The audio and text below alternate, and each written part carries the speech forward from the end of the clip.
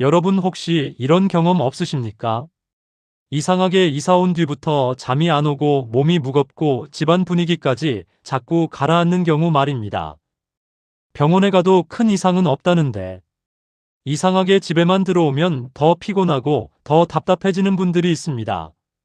돈이 새는 집도 따로 있고 사람의 기운을 갉아먹는 집도 따로 있다고 합니다. 특히 아파트는 몇 층에 사느냐에 따라 건강운과 재물운 그리고 가족 사이의 분위기까지 달라질 수 있습니다. 많은 분들이 높은 층이면 무조건 좋다고 생각합니다. 전망이 좋고 조용하고 집값도 더 비싸기 때문입니다. 그런데 풍수에서는 전혀 다르게 봅니다. 보기 좋은 집이 꼭 사람을 살리는 집은 아니라고 말합니다. 오히려 어떤 층은 사람을 예민하게 만들고 잠을 얕게 만들고 돈이 모이지 않게 할 수 있다고 합니다. 더 무서운 것은 그 변화가 하루아침에 나타나는 것이 아니라는 점입니다. 처음에는 그냥 피곤한가 보다 합니다. 그 다음에는 나이 들어서 그런가 보다 합니다. 그런데 시간이 지나면 몸도 마음도 집안 분위기도 서서히 무너지는 경우가 있습니다. 오늘은 아파트에서 절대 가볍게 보면 안 되는 층수 이야기를 해보겠습니다. 어떤 층이 복을 부르고 어떤 층이 기운을 약하게 만드는지 쉽게 알려드리겠습니다. 그리고 더 중요한 것, 이미 안 좋은 층에 살고 있는 분들은 어떻게 해야 하는지 그 해결법까지 말씀드리겠습니다. 끝까지 들으시면 지금 사는 집을 당장 옮기지 못해도 집안 기운을 바꾸는 방법을 알게 되실 겁니다. 사람은 나이가 들수록 집의 영향을 더 크게 받습니다. 젊을 때는 버티던 불편함이 60대 이후에는 몸으로 바로 나타납니다.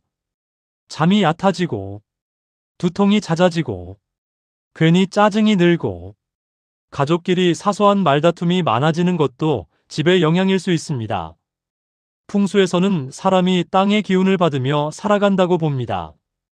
그런데 너무 높은 층은 이 땅의 기운과 멀어지기 쉽습니다. 반대로 너무 낮은 층은 습기와 소음과 탁한 기운의 영향을 더 쉽게 받습니다. 그래서 집은 무조건 높다고 좋은 것도 아니고 무조건 낮다고 나쁜 것도 아닙니다. 핵심은 사람이 편안하게 숨 쉬고 잘 자고 기운이 안정되는 자리인가 하는 것입니다. 대체로 풍수에서는 3층에서 7층 정도를 비교적 안정적인 층으로 보는 경우가 많습니다.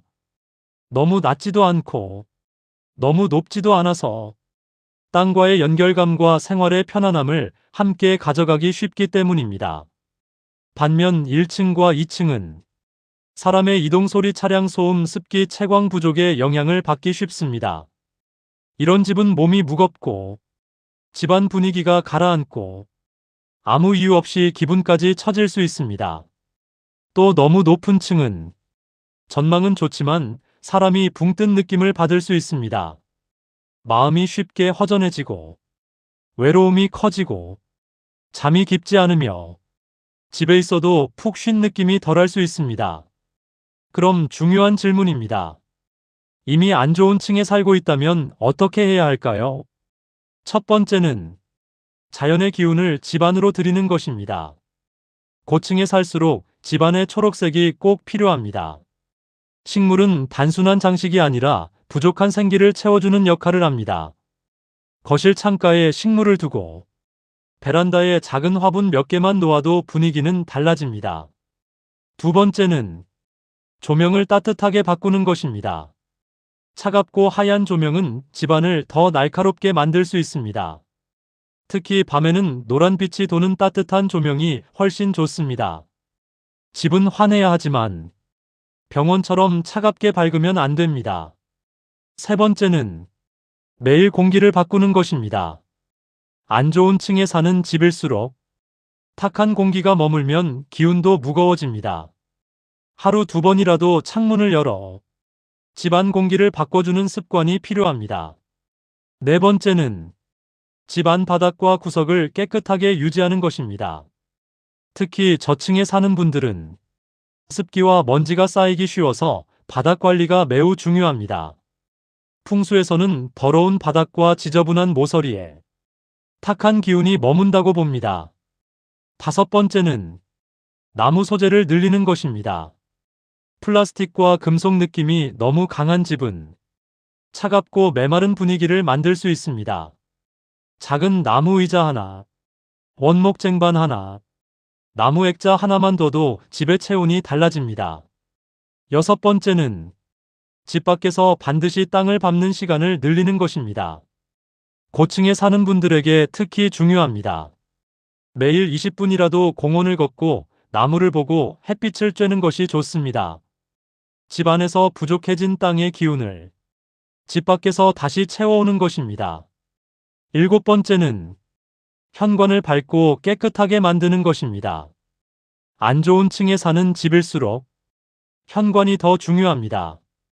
현관은 복이 들어오는 첫 번째 자리입니다. 신발이 어지럽고 냄새가 나고 어두우면 좋은 기운도 들어오다 막히게 됩니다. 여덟 번째는 집안에 오래된 물건을 너무 쌓아두지 않는 것입니다. 안 좋은 층의 기운은 쌓인 물건과 만나면 더 무거워집니다. 특히 망가진 물건, 안 쓰는 상자, 오래된 옷, 깨진 그릇은 빨리 정리하는 것이 좋습니다. 아홉 번째는 침실부터 바로잡는 것입니다. 사람은 하루 중 가장 오래 머무는 곳이 침실입니다. 그래서 층수의 영향을 가장 많이 느끼는 공간도 침실일 수 있습니다. 침실에는 물건을 너무 많이 두지 말고, 어두운 색으로 답답하게 막지 말고, 공기가 잘 돌게 해주는 것이 중요합니다. 열 번째는 내가 사는 층의 단점을 인정하고 맞춤형으로 보완하는 것입니다.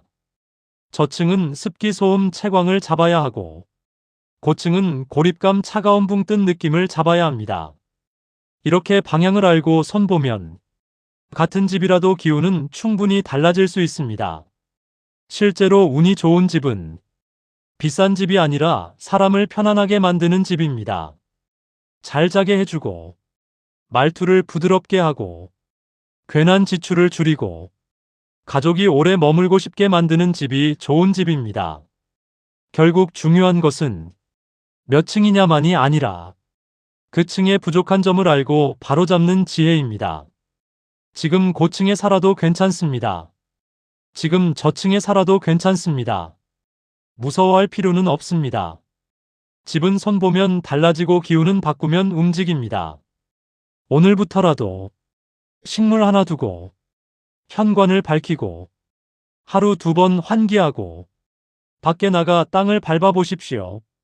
그 작은 실천이 건강운을 지키고, 재물운이 새는 것을 막고, 가족의 웃음을 다시 불러올 수도 있습니다. 혹시 요즘 집에 있어도 쉬는 느낌이 없으셨다면 오늘 이야기를 그냥 넘기지 마십시오. 문제는 사람에게만 있는 것이 아니라 집의 층수와 집의 흐름에 있을 수도 있습니다. 여러분이 사는 집이 몸을 살리고 돈을 지키고 가족을 편안하게 품어주는 공간이 되기를 바랍니다.